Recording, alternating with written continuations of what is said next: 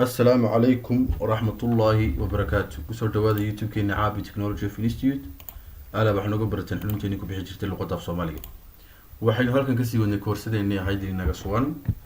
إنه سوق جرني 10 كي ها برميشن 10 كان 10 كي كوري واحد كسوق قادنا فايل أو نر برميشن إن 10 كان إن شاء الله واحد كو قادنا دايركتري برميشن واي marka koowaad si aan permission directory ugu xidhno waxaan samaysanaa folder command folderkan ku samaysan jirnay muxuu ahaa mkdir folder browser way folderka uu sameeyay aan hubiyo ka horaan iska dhig garanayaa permission denied way ka horaan iska dhig garanayaa folderkayga horta waa kay sameeyay ka horaan iska dhig garanayaa sug permission baa ku xidhan minus change mode user ka waxaan u furaynaa inuu soo akhriyo karo iyo folderka magaciisa folder 1 imika uga baxaya rm minus rf iyo folderka magaciisa waka permission baa marka ku xidhnaa way folderkii oo kay sameeyay folderkana aan eega hadaba userka awoodaha la siiyay waxaan rayaa ls minus ld iyo folderka magaciisa way maxay nagu soo kordhay hadaba waxaan halka calaamadda d daas nagu soo kordhay haddaad aragto calaamadda d da waxay sheegaysaa waxaan aad permissionka aad ku xuraysaa waa folder ama waa directory way user kumika muxuu haystaa waa read iyo write iyo execute groups kuna maxay haystaan read iyo write iyo execute others kuna maxay haystaan execute qura isla garanay way folderka waxaan doonayaa userku inaanu soo akhriyin wax gudihiisa ku jira horta marka koowaad aan folderka dhex galo wax ku sii dhex sameeyo xoraya cd folder 1 baan ku jiraa imika san ku xaqiijinayaa waxa la igu yiri waxaad ku jirtaa maxay folder 1 sorry way wax ku dhex sameey folderkan ku dhex sameynaya mkdir folder 2 waan ku dhex sameynaya folder 2 ni ku dhex sameeyaan ubi okay folder 2 ayaan ku dhex sameeyay way aan dib u baxo one step come back waan rayaa cd laba dot marka waxaan joogaa maxay home directory okay home directory aan joogaa way aan hubiyo hadaba ls baan ku ri minus ld iyo folderka magaciisa folderka imka userku waxa haystaa baan ku read iyo write iyo execute waxaan doonayaa userkaasi wuxuu awood aynu siinayna folderka waxa ku jira inaan soo akhriyo karin maxaan odhanayaa change mode waxaan maxay userka waxaan ka xidhnaa read ay inaan soo akhriyo karin folderka waxa ku jira iyo folderka magaciisa ama directoryga magaciisa ls waxaan hubinayaa ls inuu awoodii qaatay ls minus ld iyo folderka magaciisa way userkii marka maxaa la siiyay write iyo execute oo qura soo ma directoryga uu soo kicin karaya waanu akhriyi karaya laakiin waxba kuma qori karo mana arki karo waxa ku hoos jira aan hubiyo xoraya cd folder 1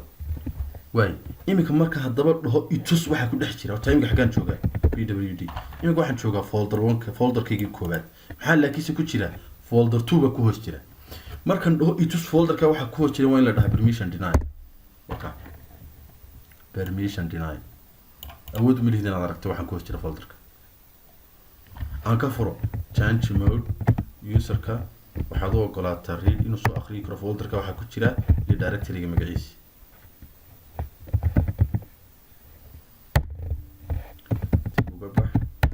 halkaasina awoodda ka siina xorina change mode userka waxaynu u furaynaa inuu soo akhriyi karo waxa ku jira folderka way iminkaan galo hadaba wataan hubin inuu awoodii qaatay ls minus ld iyo folderka magaciisa userka iminka maxaa loo ogolaaday read iyo write iyo execute soo ma aan hubino inuu gey cd si aynu dhex galo folderka waxaan odhanaynaa cd iyo directoryga magaciisa way xagaan joogaa iminka waxaad joogtaa maxay directoryga waynu dhahaa waxa ku jirta folder waka folder waxa ku jira itus markaan dhoos markii hore waxa la oranayay permission denied imika wala inoo soo saara folderkii folder 2 geeni aynu ku soo sameeysanay markii waka folder 2 baa ku jira soma way waxa noqda hadaba xaradaya itus wali ls minus ld waxaan ka xiraynaa baan ku leeyahay marka maxay awoodaha kale ld iyo directoryga magaciisa waxaan ka xiraynaa imika right inaan folder kale waxba ku samayn karin ama modify aan ku samayn karin ama aanu delete gareyn karin folderka userkaas waxaan odhanayaa change mode userka waxaad ka xidhaa right inaan userka waxba ka bedeli karin sinaba laakiin wuu soo akhriyi karaya waay waxaan odhanayaa directoryga magaciisa raaci may horta waa inaan dib uga baxa waayo waxaan ku jiraa directoryga waa inaan dib uga baxa directorygan ku xidhayaayna waa kaa waay cd laba dot waay imika xaggaan joogaa waa inuu dhaha folderkii axad joogta home directory folderkan waxaan ku xidhaynaana waa kaa waay waxaan odhanayaa change mode userka waxaad ka xidhaa maxay right inuu userka folderka waxba aanu ka bedeli karin waay inuu qaatay awoodii maxaan ku ogaanayaa ls minus ld iyo directoryga magaciisa waay iminka userka muxuu haystaa read oo qura laakiin right waa laga xidhay iyo execute groupiska casharka dambe insha allah ku dhiganayna haddii ilaahay ka dhigo casharkan ku xiga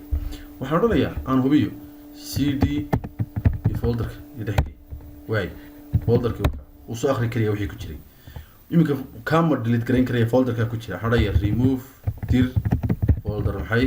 folder 2 maxaa lagu yidhi permission denied awood uma lihid inaad delete garayso waa qodob folder ma ku samayn karaya mk dir folder bay ku samayn folder maxay la dhaho tab dheer maxaa lagu yidhi permission denied inuu wax ka bedelo waxna delete gareeyo waxna ku daro waan ku xidhnay waay maxaan doonayaa daba inaan ku daro file ma ku samayn karaya waxaan odhanayaa cat greater than file 1 maxaa lagu yidhi macal file kuma samayn karayo waa permission denied folder far badan ma ku samayn karaya ama nested folders ma ku samayn karaya mk dir minus b folder 1 iyo folder 2 loo folder isku hoos jira ma ku samayn karaya maxaa lagu yidhi waa permission denied si aan hadaba uga furayna iska soo baabi waxaan odhanayaa dib uga bax home directory nige inka home directory baan joognaa waay si aan uga furayna waxaan uga furaynaa change mode userka waxaan u ogolaanaynaa inuu folderka ka bedeli karo ama directoryga iyo directoryga magaciisa waay ls aan dhex galay imika cd iyo folderka waay maxaa ku hoos jira folder 2 inuu ku hoos jira waay folderkana ma ku dari karnaa mk dir folder 3 ha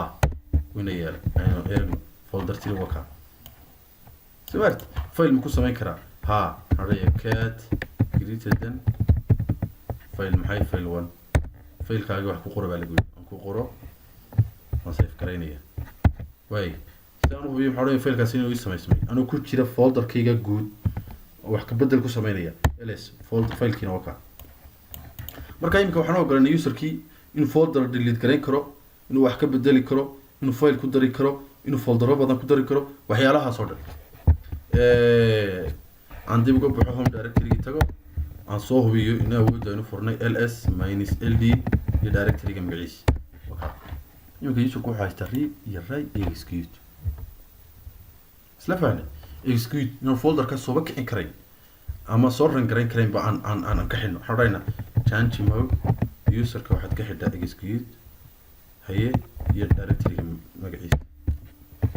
si aan eegno waxaan odhanayaa inuu awoodii qaatay ls minus ld iyo directoryga magaciisa waay userka imika muxuu haystaa read oo qura iyo write execute waan ka xidhnay isu command ka daba shaqeynaya waxaan odhanaynaa itos cd waka folderkii ma geli karo marna garan karayo waa permission denied isla fahnay ma delete garayn karaynaa rm anti buu celiyo ls wato wixii ku jirayba magaxaan delete garaynaa maba geli karaynaa eeg cd folderkay dhex gaadaan dhahay ma delete garayn karayo rm minus rf folderka magaciisa maxaa lagu yidhi macal ma delete garayn karayo folderkan iyo waxa ku hoos jiro oo dhan ma delete garayn karaysid baa la yidhi maxaa ku jira folder 1 file 1 baa ku jira fileka folderka maxaa ku jira folder 3 baa ku jira folder 2 baa ku jira intaa maxaad ka haysataa permission denied awood uma lihid